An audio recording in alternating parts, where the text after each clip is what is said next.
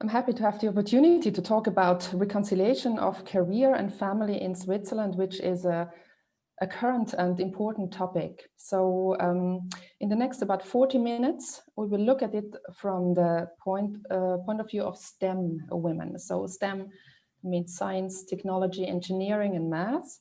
And we will see what STEM women having a family experience in Switzerland in 2020. So just to show you that it is a really current topic, I'll show you what you find when you Google the term reconciliation of work and family in the internet. So these are the books you find, or some of the books you find. So a lot on to-dos, not to-dos, most books written by women, but some also currently by men. We have another one, the guidelines, how to manage, what to do. And then we have some Swiss books also. These are very current ones. So you see it's a bunch of books, and this still is just a selection of what I found. So now, what is the goal of today's presentation? Those of you having children know that being a mother in Switzerland is feels a little bit weird sometimes. But actually this feeling can be explained by looking at some background data on the situation in Switzerland. And that's what we will do in the first part of the presentation. And then in the second part, we will look at what STEM women specifically experience when they become mothers. So we have had a working group at the SVIN, the Swiss Association of Female Engineers, and we have dealt with the specific situation of STEM women now during a year. So, but now let's begin with the background data.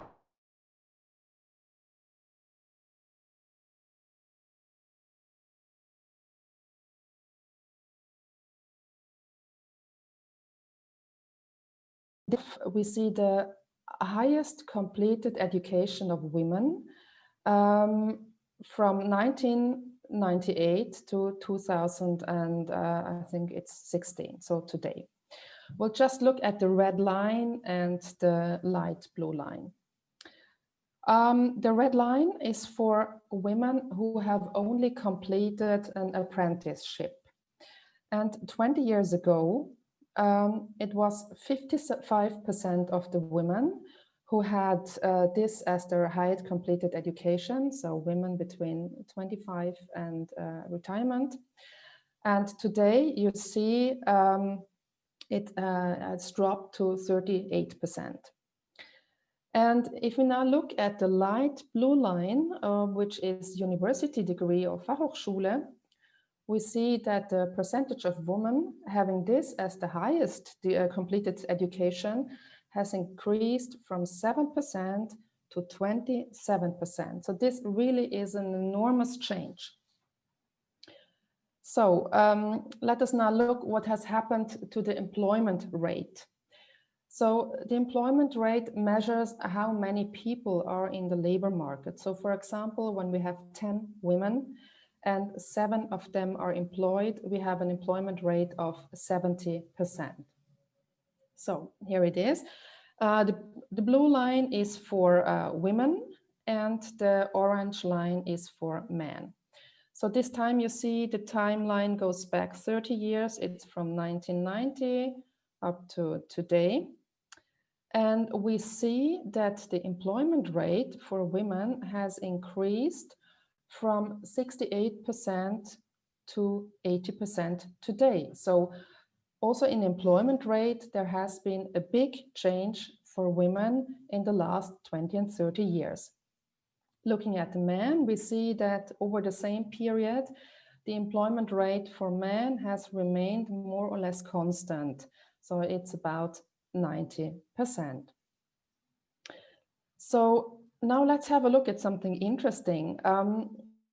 What happens to the employment rate during the life course of a person? So here we have another diagram of the employment rate. Here is the employment rate, but this time it's not a time period, but we have the time span or the lifespan of an average person. So here the person is 15 to 19 years old, and here it's the age of 70. And on the y-axis, the employment rate. So let's look at the women first. So here it is. At the age of 15 to 19, you see the employment rate is about 50%. So that means some women are already working, whereas others are still at school or at university. And then the employment rate rises because more women complete their education and enter the labor market. But then at the age of 29 to 20, you see there is a decline in employment rate. And this is because women become mothers. And in Switzerland, as you might know, many mothers stay at home when they have small children. And then after, let's say 10 years, the employment rate raises again as most mothers re-enter the labor market when the kids are older. Now have a look at the men. It looks like this. So you see at the beginning, the employment rate is similar to that of women, but unlike women, it remains high. Also, as many men become fathers as women become mothers. So we see that fatherhood in Switzerland does not affect the employment rate for men. So at least this is the case in Switzerland. And now for comparison, have a look at two other countries, Norway and Italy. So here again, it's Switzerland. Now women are red and men are orange. And here is Norway and Italy. So we see here in Norway that parenthood has no effect on the employment rate, neither for women nor for men. And if we look at the other extreme, Italy, we see that here, when women become mothers, they drop out of the labor market and they do not re-enter again. Okay, now let's look at another important indicator for women. This is the employment level.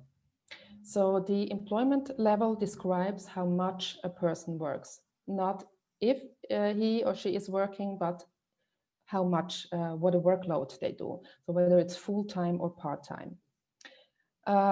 Here, if we look at the purple line, this is the percentage of full-time working women. So we see it has dropped from 50%, 51% to 41% today. So this timeline goes back also 30 years. That means that today only 4 out of 10 women work full-time. And that means that compared to the past, there are more women working, so being integrated in the labor market, but overall a smaller share of them works full-time. And this is because of the mothers who nowadays no longer stay at home when having children. They remain in the labor market, most of them, but they choose to work part-time. So we see accordingly, the part-time has increased. Here in red, we have the so-called Teilzeit 1, which is a workload between 50 and 89%. It has increased from 22% to 34%. And the Teilzeit 2, which is less than 50%, has remained more or less constant, and it's about 25%. So now let's have one last look at those employment figures by comparing Switzerland to other countries. So this is really interesting, and I think it explains a lot why young mothers in Switzerland sometimes feel as if they still were in the 1950s. So here we have 13 OECD countries. So these are rich and developed countries comparable to Switzerland. And if we now look at the so-called full-time equivalent employment rate, so this corresponds to the number of working hours. We see here in orange, it's the men, that men work a lot, here for example, in Iceland, but also in Switzerland and in Great Britain, for example. They work less here in Denmark. And if we now look at the women, here in blue, we see that women work less work hours. So this is true for every country. But we have countries with a small difference, such as Sweden here, for example, and we have countries with a large difference, Italy, for example. So here is the difference in red.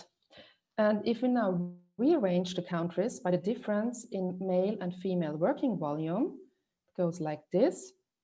We see we have countries with small differences. It's the Nordic countries such as Sweden, Norway, Denmark. And we have countries with a large difference, and we see Switzerland comes last, so even after Italy. And that really says a lot about gender equality in Switzerland. Okay, so let's leave the labor market and let's see what it is to have a family in Switzerland. First, I will show you what characterizes Switzerland in terms of family policy. So there are 3 principles having a strong influence on families and how they organize themselves. So first, in Switzerland, we have a strong subsidiarity principle. That means that the state should only perform tasks for which no subordinate actors can be found, such as, for example, the cantons, the municipalities, foundations, or families. And the effect this has on families is that in Switzerland, having a family is a highly private matter. And it's a quite common attitude to say the state should not interfere in family matters. Then second, Switzerland has a rather liberal organized welfare state. So a liberal organized welfare state means that employees must organize themselves to be insured against risk such as old age, illness, unemployment, or maternity. So these are countries, for example, not having public health insurance, such as in the USA. So Switzerland, of course, has a health insurance, but if you look at maternity insurance, this was introduced only in 2004. And for comparison, Sweden has a maternity insurance since 1963. And USA, which is very liberal organized regarding the welfare state, has still no paid leave. Then as a third principle in Switzerland, we have the strong federalism, and you have certainly heard about this. And so we have cantonal or even communal regulations of daycare offers, for example, of day schools, child allowances, tax deductions for childcare, and so on. So this means there are really big differences between cantons and municipalities.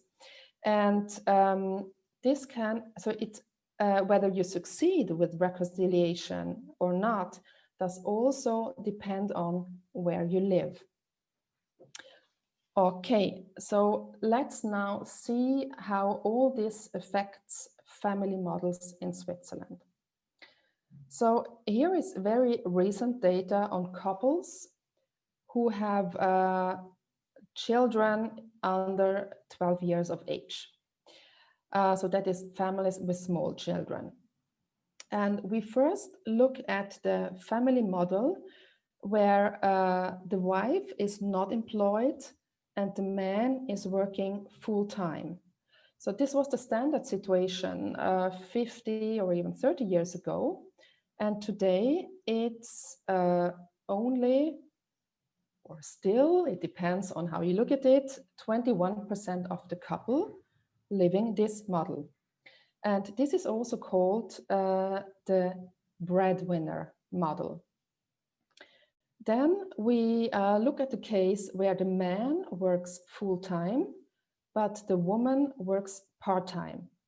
And in 29% of the family, the man is working full-time and the woman is working between 1 and 49% in part-time. We have also the case where the man is working full-time and the woman is working part-time with a higher share, 50 to 89%. So this is another 23%.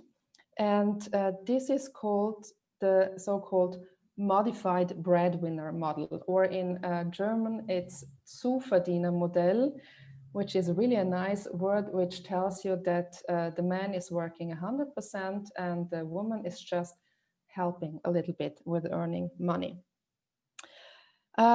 So you see the modified breadwinner model is the most widely used model in Switzerland today.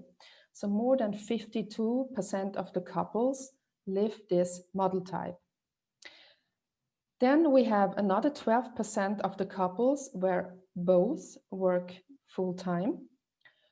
And here now comes the model where both work part-time. So here, the dark red, it's 7%. And we have a category, no, this is called the egalitarian model, of course. And we have a rest category with everything else, both not being employed, being ill, or in education, and so on. And when I first saw this data here some years ago, I have to admit I was really shocked, because I had imagined that today many more couples in Switzerland share their responsibilities equally. But as you see, family models in Switzerland are still very traditional. So now let's take a look at what the workload looks like for mothers who work part-time. So this is the green part here and the dark red. So let's have a look on how much they really work. So this is another chart where we can see a little bit more in detail what part-time means for parents. First, the mothers here in blue. Here we have the workload she's working. So for example, here she's working 50%. And here we see how many of the women work this model. So we see here the 20% staying at home, and here around 10% working full-time. It's not exactly the same data, it's another database, but it fits quite well. So we see when women work part-time in Switzerland, it's usually around 40, 50 or 60%. And if you, for example, have children and work 80%, you really are a minority in Switzerland. And now have a look at the fathers. As we have already seen, most of the fathers work full-time. And when they work part-time, it's usually 80%. So hardly any man or father in Switzerland works less than 80%.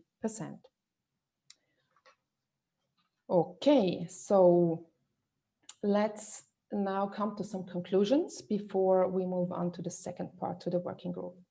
So what can we learn from those data we have looked at? So first, we have seen that the education of women has changed enormously over the last 20 years. And it has even changed more, of course, when we look back 30, 40 or 50 years.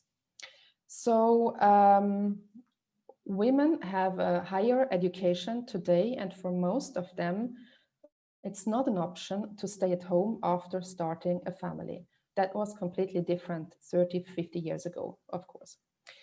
But also we see that the situation for young women today is very different compared to the life of their own mothers. So there really is a lack of role models for young women. You just can't look back at what your mother did and how she managed her life and her family, because it was different. And maybe she might not understand why working is so important to you. Then, second, we have seen that also the employment rate has risen strongly over the last 30 years, and it has increased even more in the last 40 and 50 years. And this increase, of course, was due to the fact that today most mothers remain in the labor market. So that was totally different 30, 50 years ago. When you became a mother, you stayed at home. So we can say that today we have like a new group of stakeholders on the labor markets. It's mothers with small children. You know, those who always have to leave early or have to stay at home because children are sick and so on.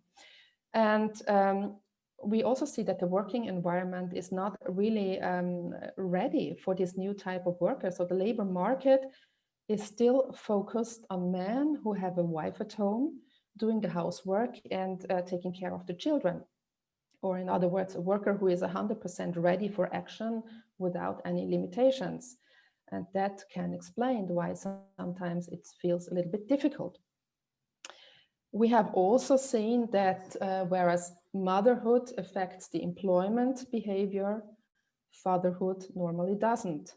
So hardly a man stays home when he has a child, and very few reduce their workload. Then we have seen that part-time employment is a really important aspect for women in Switzerland. And that results in large difference in the working volume between women and men. And here I'm just talking about the paid working volume, of course.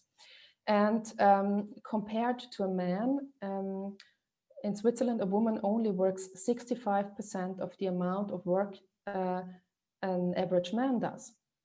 And if we add to this fact that women often earn less, this leads to the situation that women have less financial weight in the family and thus less bargaining power. And this favors the traditional gender model.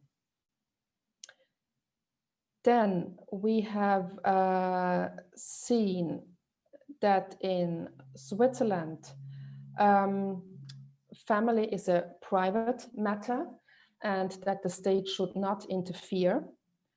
And this means there is also no standard solution for reconciling work and family life. So every family is forced, or the other way around, has the freedom to organize itself. So this is different when you look at countries such as Sweden, for example, or France. There you have standard solutions for childcare, but also you might have less individual choice. And last, we have seen that regarding the different family models, the modified breadwinner model, where the father works full-time and the mother works part-time, this has become the new norm for families today. That means that, for example, stay-at-home mothers or mothers who work full-time or in a high workload are the exception from the norm. And they often have to justify themselves for what they do. And this, of course, is also true for fathers who reduce their workload, or for fathers who stay at home. Also, they are an exception from the norm. And being an exception from the norm means you have to explain and justify. And having to justify all the time is, you know, rather annoying. It might make you feel uncomfortable, and it consumes a lot of energy. Then we have also seen that the egalitarian model, where both partners work part-time, so a model which is preferred especially by couples with a higher education, is not very often realized. So data was from 2018, I think. Only 7% of the couples live this model today. And a last remark, also we have not dealt with this today, that despite the model chosen, in most families, the mothers are still the main responsibles for household and care work. So these were some basics with the aim of better understanding what the situation is or is like to have a family in Switzerland in 2020. And now in the second part, let's look specifically at women in STEM professions. So I told you about the working group, which we founded at the SVIN, the Swiss Association of Female Engineers. And we have met several times and discussed some of those questions. So what is the what factors play a role in reconciling career and family for STEM women? And what is the professional environment and working conditions for STEM women? So what factors make reconciliation difficult and what factors facilitate the situation?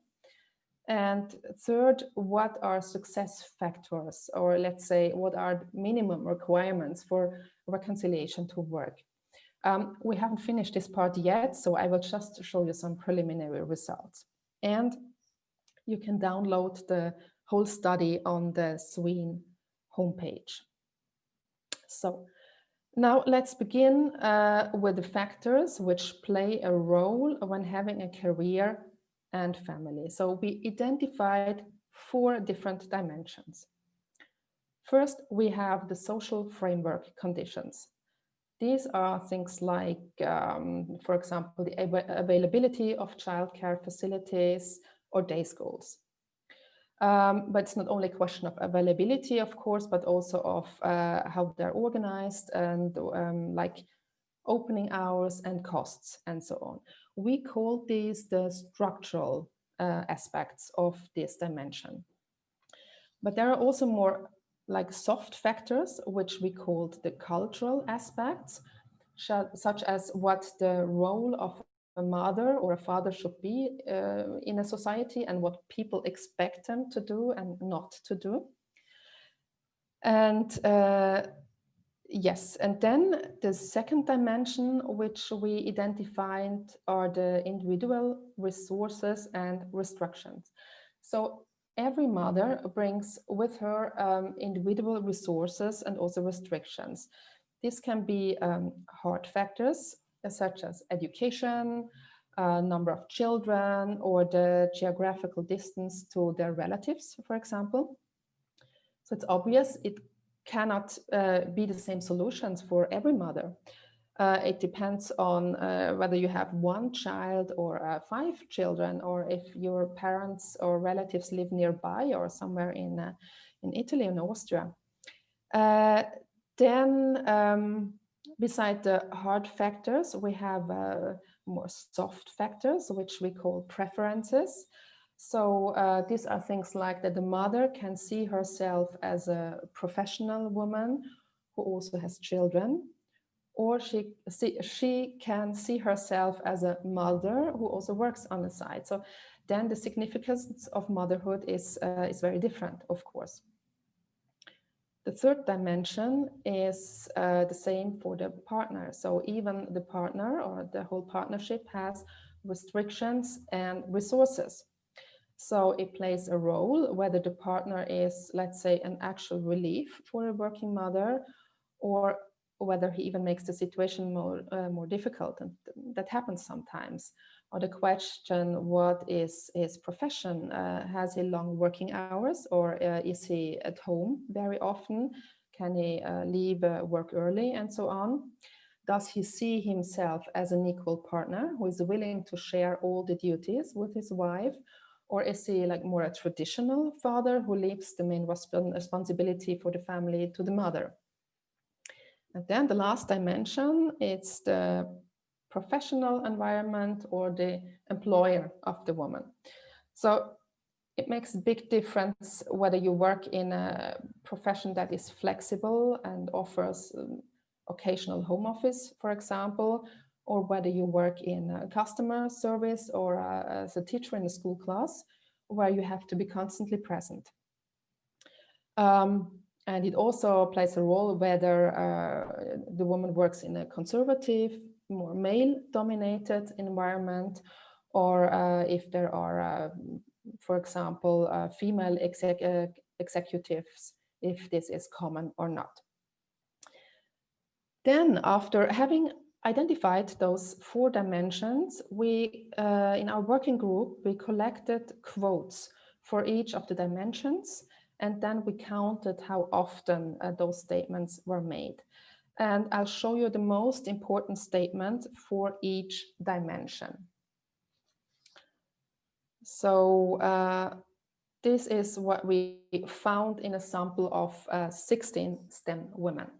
So for the social framework conditions, they said, for example, regarding structural conditions, when the kids were in the crash, it was still okay. It became really difficult when the children started school. So several out of the 16 women told us they had this experience. So what about the cultural dimension? When I work 80%, it's called Rabenmutter, so that's bad mother. And when my husband works 80%, people say, oh, what a dedicated father. Individual resources and restrictions, we found that many engineers came from other countries, had their family not nearby.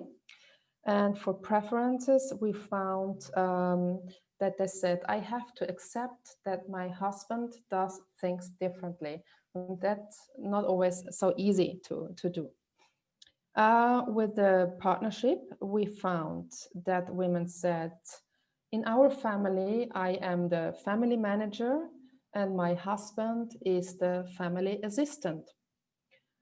Or also often mentioned was, my husband works 100% or even more. So what did they say about professional environment and employer? They said, here's a positive aspect. In my job, I have a high flexibility compared to other professions. So not everything is negative, of course. And something else, which many women mentioned, was all my bosses I have had up to now had a stay-at-home wife who took care of the children and the household. So that's why they don't understand my situation.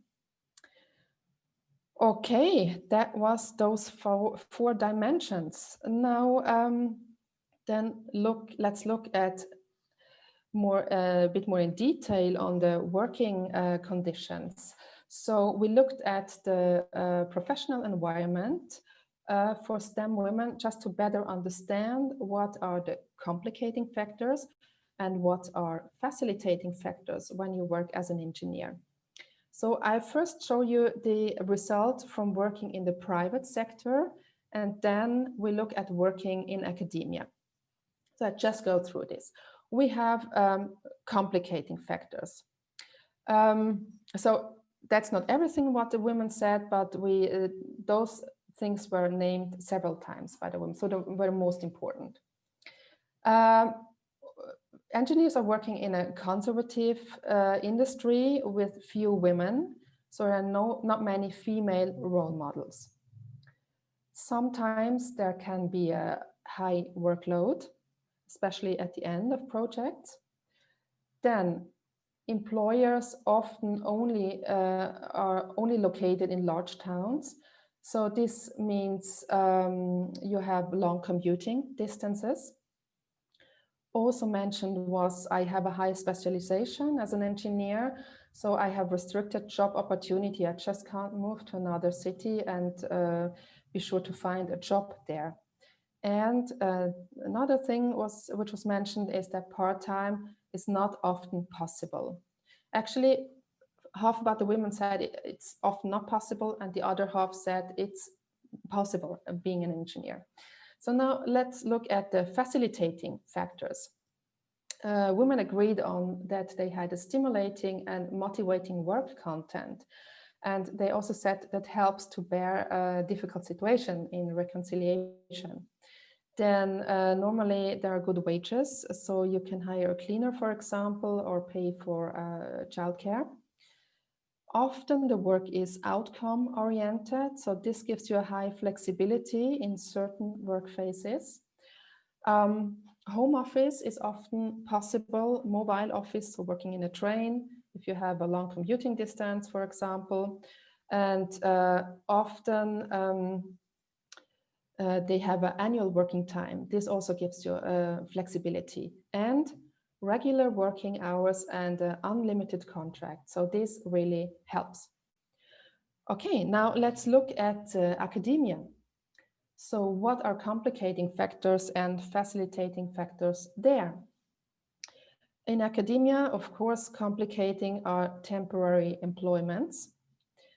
What was also often mentioned is there is 100% output expected from me despite I work in a part-time employment. So I have to deliver as many papers and so on as somebody who works 100% because I'm measured in the same way. Mobility is required for research grants. That can be a huge problem. You work in a highly competitive working environment, and often female engineers working in academia have a partner who also works in research, so who has the same requirements as well. But there are some facilitating factors as well, of course. So there is a certain flexibility in the daily structure. The work is rather outcome than presence oriented. Also, this gives you flexibility. Part-time work is often possible. Home office is possible for certain works, not for laboratory, of course, but for writing a paper, for example. And university often have their own crashs. So, as I told you, we did this analysis to highlight resources and restrictions. This is because we wanted to have a basis before we discussed best practices to ensure that our proposals really meet the needs and conditions of a female engineer. That's why we did this analysis. But I won't show you the best practices here. You can find them in the final report. Okay, then we come to the end. This is the last slide. I will present our findings on what you have to do when you want to succeed in reconciling career and family. These are just preliminary results, which I put together very quickly without having coordinated it with the others from the working group. So there might be other findings as well. So first recommendation, have the right partner. So this is really something every woman who succeeded in reconciliation told us, I couldn't do it without my partner. So we saw this is really difficult, this is really important, or the most important point. What we haven't found out yet is how to find the right partner. So if somebody of you has experience or has good ideas, please share it with us. Second, stay in an urban area. Do not move to the countryside. So we found that all the women who succeeded with reconciliation, they were living in an urban area. And we found that many of the women who did not succeed, who found it complicated or even had to stop working or reduce their workload, they were living on the countryside. So this clearly has an influence. Then short distances between home, workplace and crash seems to be very important. So you really save a lot of time if they all are nearby. Regarding the crash, it should be accessible for both partners to share the responsibility. So if you have a crash which is located at your employer, that might be nice, but it will always be you having to do all the taking the children and bringing the children. So it's good if you can share this responsibility. Then, yes, avoid any initial asymmetrical division of work. So that's what many women told us who succeeded, that they had, yeah, they did half from the beginning.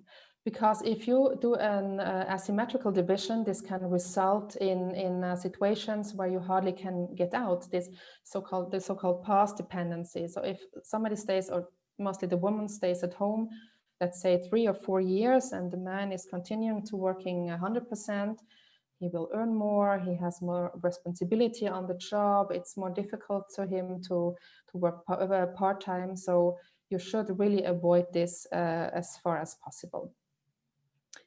Then, yes, negotiate solutions with your employer before the child is born, and go into the discussion with a ready-made proposal. So don't let him or her do the discussions, but have a plan in advance. And this also applies, of course, to your partner. So even he or she has to discuss this with the employer before the child is born. Yes, 7, this is also important, more on the soft factor side. So be aware that you cannot have everything. So having everything is an illusion, really. You will have to limit yourself somewhere. You can't have a family, high workload, hobbies, and political engagement, and so on. So if you have a high workload and 2 kids, you won't have any hobbies in the first 10 years. And if you want to have hobbies or a garden or whatever, then that's perfectly all right. But then you should reduce your workload.